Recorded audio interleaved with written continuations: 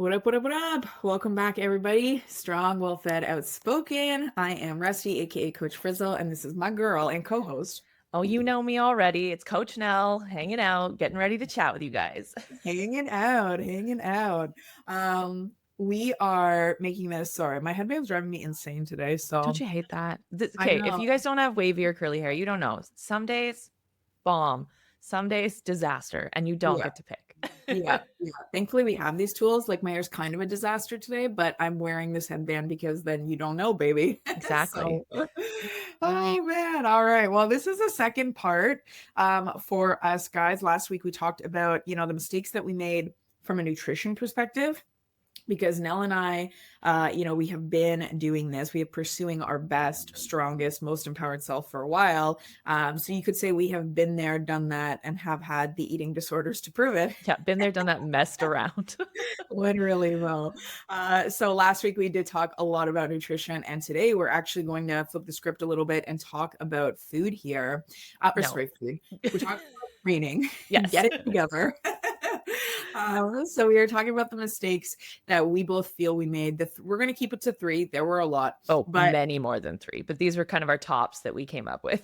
yeah. And what's cool is like when we both talk about the show and like we kind of go over our notes, as you guys have already heard, like we have similar stories, but very different stories. And so naturally, some of those mistakes as well are going to be different here. So let's honestly dive right in. Oh, and I just want to say, a part of the reason why we're doing this style of episode, same with the food last week, is because we want you guys to know that like literally everybody makes mistakes. Nobody has it perfect right off the hop.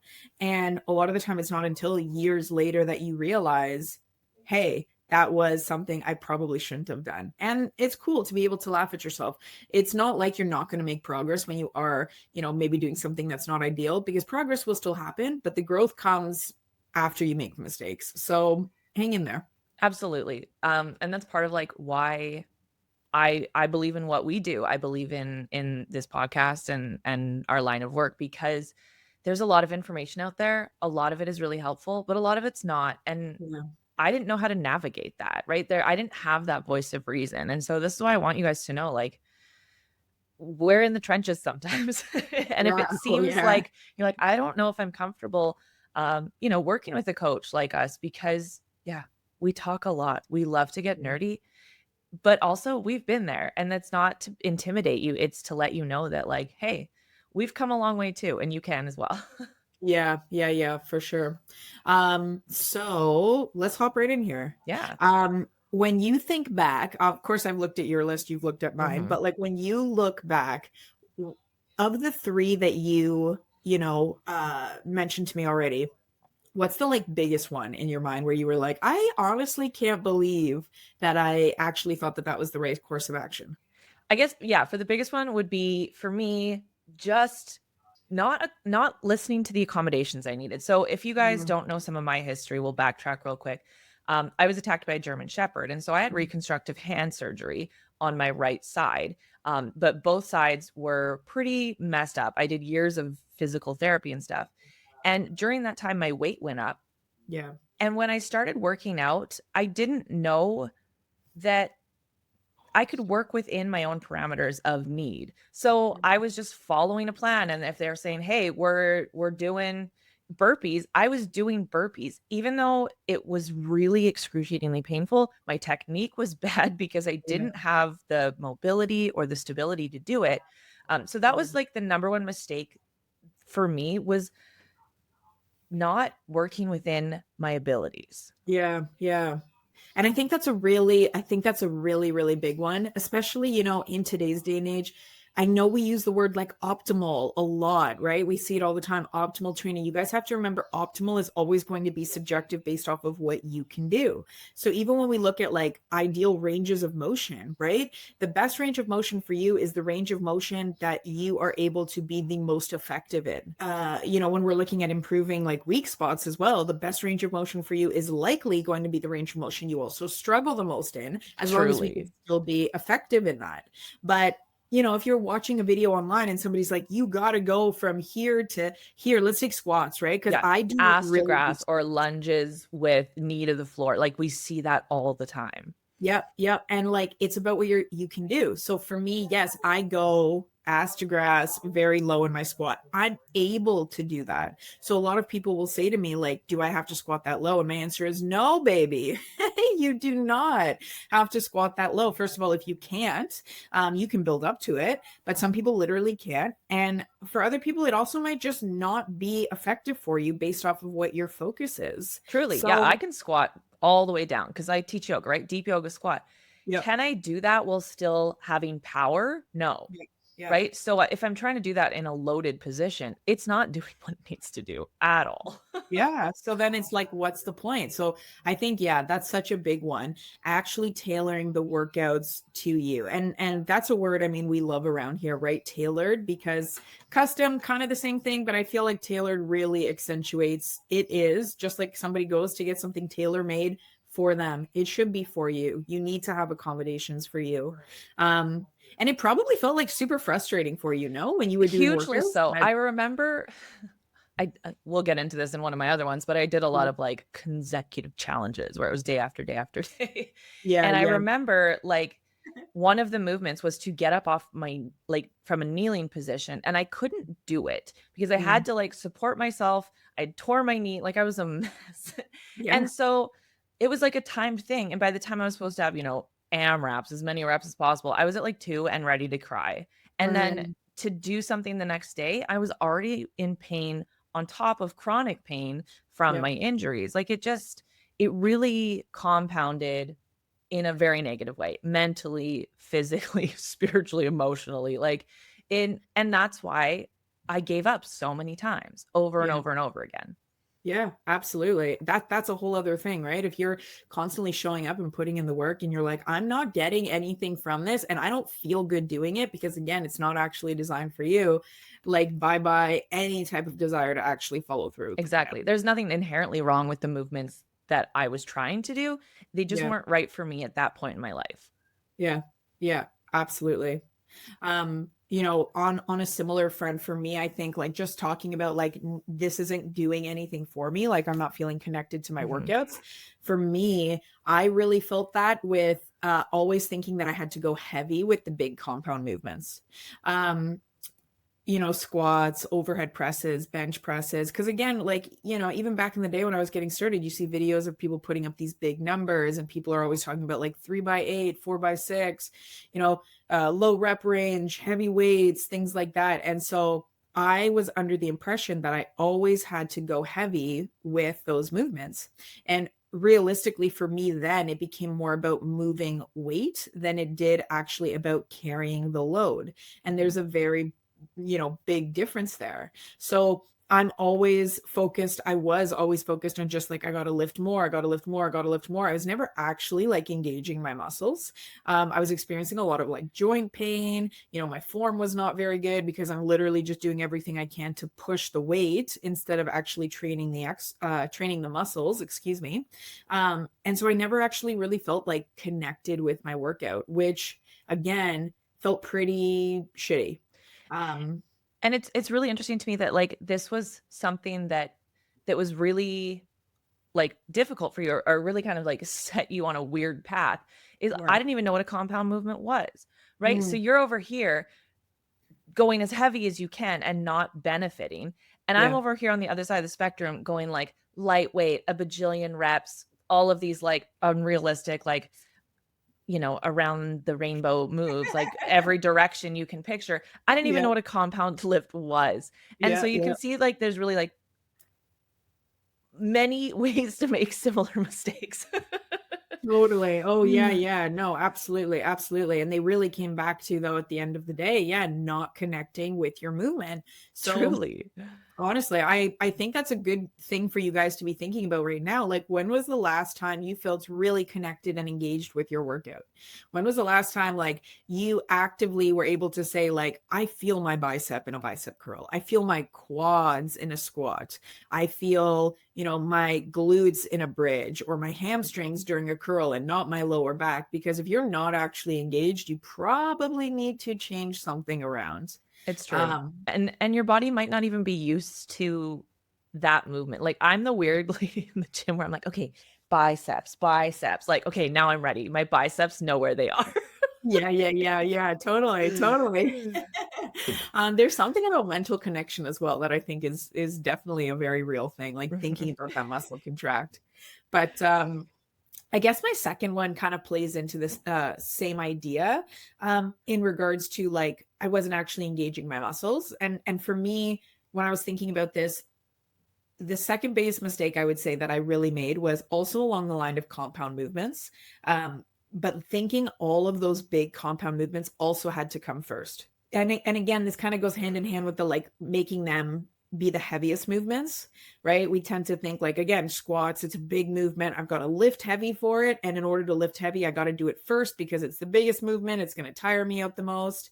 And this, I would say, especially at the beginning of my lifting journey, was a big hindrance for me because, again, I wasn't actually engaging my muscles. I was just trying to move the weight. I was, again, always going too heavy. But the thing with compound movements is that there are so many muscles involved. So backtrack a second. For anybody that doesn't know, a compound movement is a movement where we have more than one muscle group involved, right? So again, that's why when we talk about squats, you've got all your leg muscles. Yes, it might be more quad dominant, but all your leg muscles are involved. In an overhead press, we have, front delts, rear delts. We've got traps involved a little bit there. So and then even the muscle stabilizing, right? If you're loading your weight on your back, your arms are in position, you're stabilizing. It's a lot of effort on a lot of muscles. Yes. And it is true. These exercises are very fatiguing. But for me, again, so I'm doing this exercise first. I have no idea how to engage or like get a good mind muscle connection going. And now I'm just loading up weight thinking I just got to push this weight.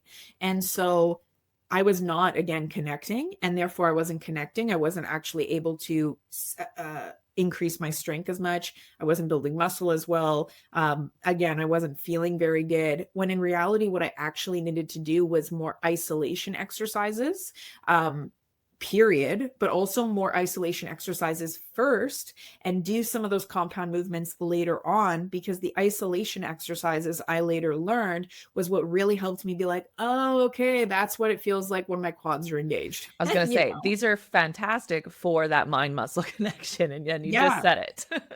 Yeah, exactly. So a lot of people, even now, they'll be years into lifting and they think I got to do my squats first. One of the best ways that you can actually get stronger with your squat is to do it as the fourth exercise, is to do it as the last exercise. It's so funny. I legitimately just had this conversation with a client yesterday.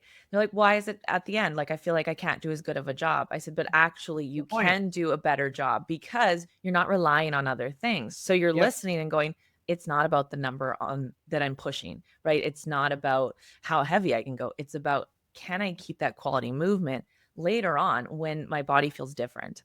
Absolutely. Yep. Yeah. When there is already fatigue accumulation on your body, can you still perform a squat with the same great form? Can you still control your tempo? Right. It changes the game completely. But again, like, I keep talking about squats, but still, right?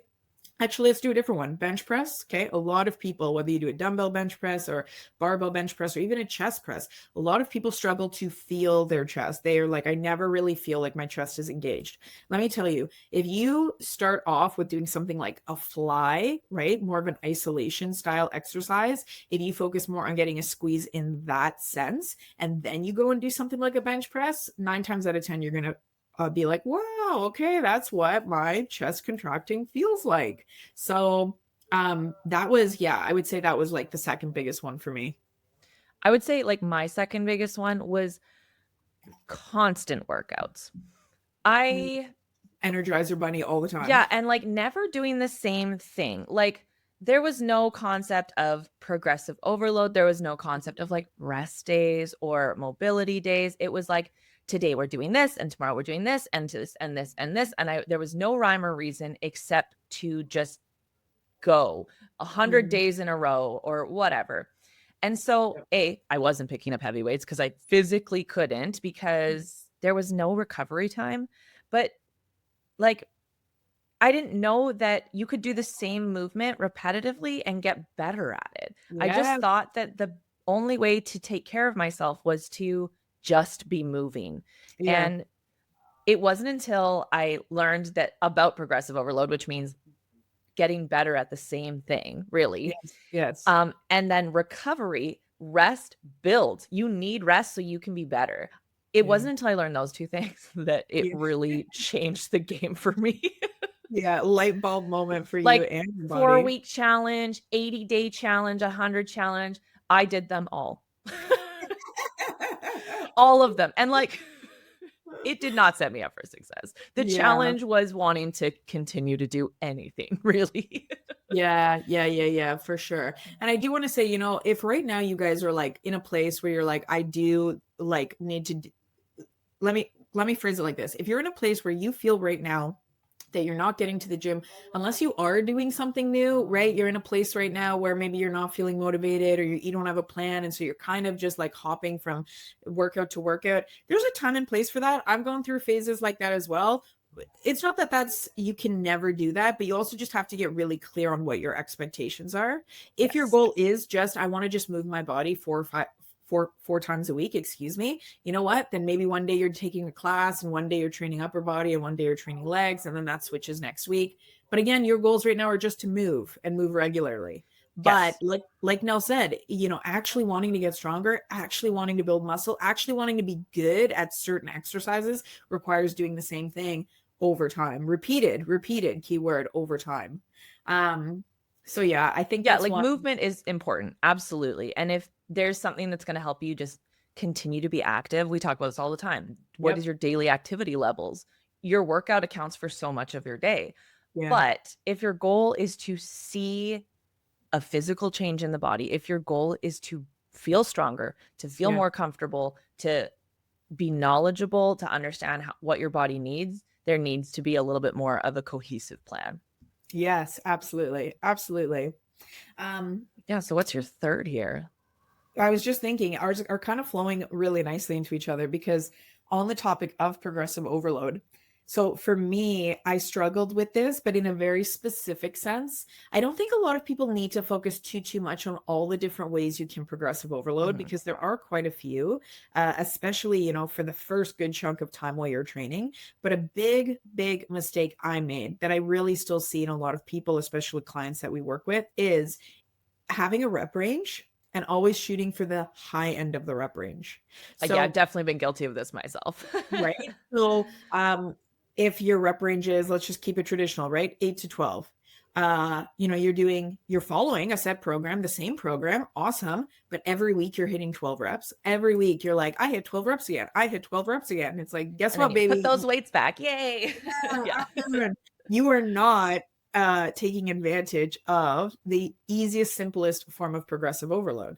I was so trapped in the mindset of whatever the rep range was, hitting the higher end of that rep range every time, that I forgot that the lower end exists for a reason. So when you have like a rep range for 8 to 12, if you hit, 12 reps and you're actually like, hey, I have a few more in the tank, continue on with it. See how many reps you can actually get with that weight. And that's going to be a good indicator of how much then you should increase your weight for next time.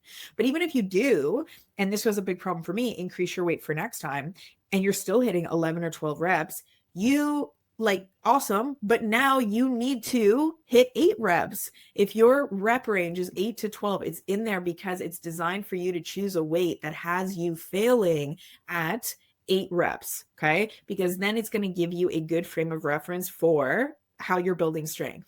If you're hitting, 25 pounds on a shoulder press, 8 to 12 reps, and you hit 8 reps, you're like, okay, next week I'm aiming for 9. Okay, next week I'm aiming for 10. Maybe you're stuck at 10 for a little bit. So now all of a sudden you add a hard pause at the bottom where the tension is the highest, and you do that for a couple weeks. Then you go back and eliminate the pause, and now you hit 11 reps at the same 25 pounds. And then you hit 12 reps. You're like, guess what? Now I'm jumping to 30 pounds, and you're at 8 reps again, and you build up from there. But And that, with even reps, like and this is, I'm giving you all a confession here. When I first started training yeah. as a coach, like when I was writing programs for people, I didn't even use a rep range. I was like 12, right? Yeah, we're still with it. Right. And I would train this way myself. I'd be like, all right, we're doing 15 reps this set, whatever. And I would do 15 and be done. Like, I Yeah. didn't even know that, like, Yeah. It's an But idea. there's It's yeah. it's to give you a suggestion on Yeah. what your limitation is on weight or how hard you need to push. But it very much is this like suggestion. Push Yes. above it or aim for a little bit lower with that heavy weight. So rep ranges, that was the mistakes that I made. Yeah, totally, totally. It's a frame of reference, but yeah, it did not matter what that lower number was for me. In You're my like, we mind, don't it need was just that like, was like a yeah, negative almost. you Like we have can't to push stay it. away. You're not Yeah, yeah, strong. yeah. Literally, yeah. I was high reps, whatever the rep range was, I Mhm. was the high end always. So, actually coming to terms with the fact that, okay, I need to choose a weight that, has me failing at 8 reps. And I think there's something in our minds that are like, that feels like it's not good enough, like, so therefore I'm doing, again, we're kind of obsessed with more and more and more. So I'm doing more reps. I need to hit that. I need to hit that. But yeah, that became one of the very first ways I really started to increase strength and muscle by failing or, staying within 1 or 2 reps of failure by hitting the low end of the rep range. Right. That's huge. And Yeah. I think too, like we talk about like ego lifting and stuff. That's a little bit like letting go of that expectation of like more is better. It's Yes. going, okay, let's get uncomfortable again with a different weight, with Yes. less reps, right? Because it's hard. Yeah. It It is is. uncomfortable, Yeah. Even right? today, like I'm in a new training block myself right now, more like power building style. And today was a medium to lower rep range day. And man, it's like I was on my last set of leg press and I was like, I don't want to do this. It's hard. It It is is. hard to hit that low end, challenging weight, good tension, good form, good control rep range. But And that's when where, you're used to working to the higher, you kind of train yourself that way, right? You yeah, picking a moderate weight that you know is going to be hard, but you're going to get there. And then you're like 5 by 5. I'm like, yeah, am I even mhm, strong enough to move weight that yeah. should get me there?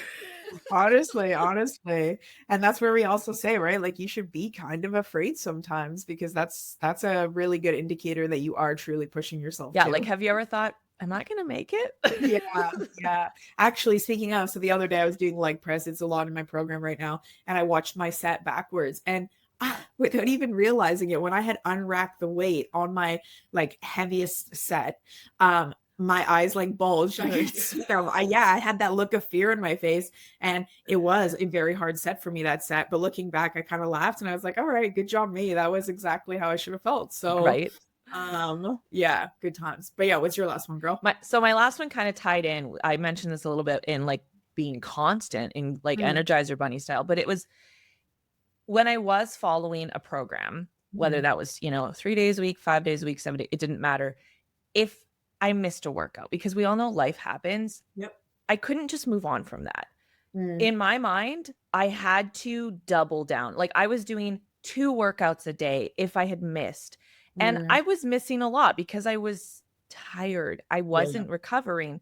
And so I didn't have rest. And what Mhm, I inadvertently ended up doing was like hitting upper body back to back.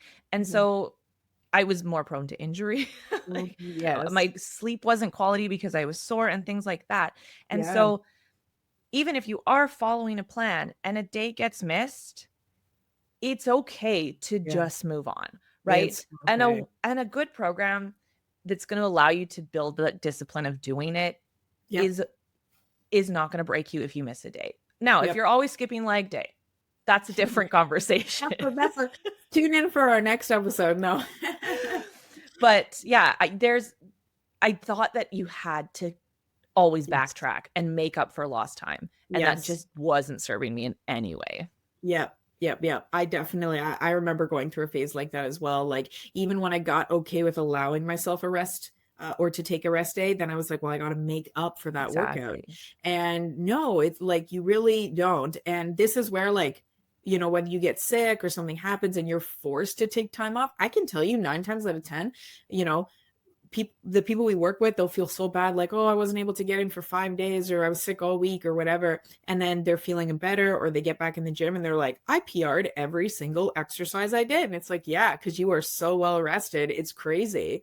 So, Yeah, allowing yourself, I think that rest without feeling like I have to make up for this. Same idea with food, right? Like we think like, oh, I did wind up eating 75 calories extra, or I went out for a meal. I have to make up for those calories. No, you don't. You need to just continue on with your life and stop stressing yourself out, bitch. Yep. It's a brand um, new day. yeah, literally, literally. And this is where like trusting your body is very, very important, because if you're actually in a position where you have a good relationship with your body, where you trust your body, you don't feel the pressure to make up for that food or make up for that workout, because you understand and trust that your body's going to know what to do with the odd extra calories or with the extra rest day. In fact, your body's probably going to thank you for both of those things. Truly. So, And if you're doing a solid program, you know you're going to get another crack at that workout. oh yeah, Right. And this it is ain't going why I nowhere. lived in fear of like, oh, I'm never going to see that workout again, Yeah. because it was new all the time, and not even new good. Like, just like, oh, today we're doing, 100 of everything. What? Yes. Why? Yeah. Honestly, yeah. Why was I Why? so concerned about missing that? I know, I know. Yeah, it is crazy God. looking back. I know. I actually have like some old programs that because I always logged everything that I Right. look through, and it's funny because I look back on them and I'm like, why the heck? Because I programmed for myself for like ever. I'm like, why the heck did I do that? But again, this is where you can laugh at yourself, because you only know what you know at the time, and that's okay. Looking back, I was like, man, good times, good memories here. It's true. Yeah, I have a whole binder that's basically just me making this face the whole time I look Yeah. at it. Why? There's no rhyme or reason for this. But anyways, we did what we did and we survived. And that's the thing. No matter where you guys are at, if you're 1 year in, if you're 6 months in, if you're 5 years in, look back at the time you spent already and start to like ask yourself, okay, yeah, if somebody was to say to me, what are one of the biggest mistakes that I made? What would you answer? Be okay with answering that, because we all have them. And if you want to share, as always, drop in the comments below or message us on Instagram and be like, okay, I had to share this with somebody. This for sure was one of my biggest mistakes. Yeah, like if Future you've been stories or doing work this it for was. a while, what are you Yeah. not going to do again? Like, what are you not Yes. going back to? That's what we want to know. Yeah. Yeah. Tell us, and let's laugh at ourselves, How because did you that's learn the that thing. lesson? Yeah, exactly. You absolutely need to have that reflection. So, a nice quick one here today, guys. Again, if you have anything you want to share, feel free to message us on Instagram. You can find me at coach.frizzle. And I'm coach.alana.nell. And otherwise, if you're not on social media, you can drop a comment here below. And we will be back next week with a whole new topic, still to be decided, but we promise will be a good one. As always. And don't forget, if you like what you're hearing, feel free to share it with your friends, tag us, let us know you're sharing it. We love to hear from you guys. Yeah, and we appreciate it a lot. And if you haven't left us a review yet, we would also appreciate that, as long as it's above 3 stars. Yeah, like if I'm gonna cry and write it in my diary at the end of the day, Yeah. Keep it keep to that to yourself, yourself. baby. Keep it to yourself. All right, you guys, everybody have a fantastic week, and we will see you next week, cousins.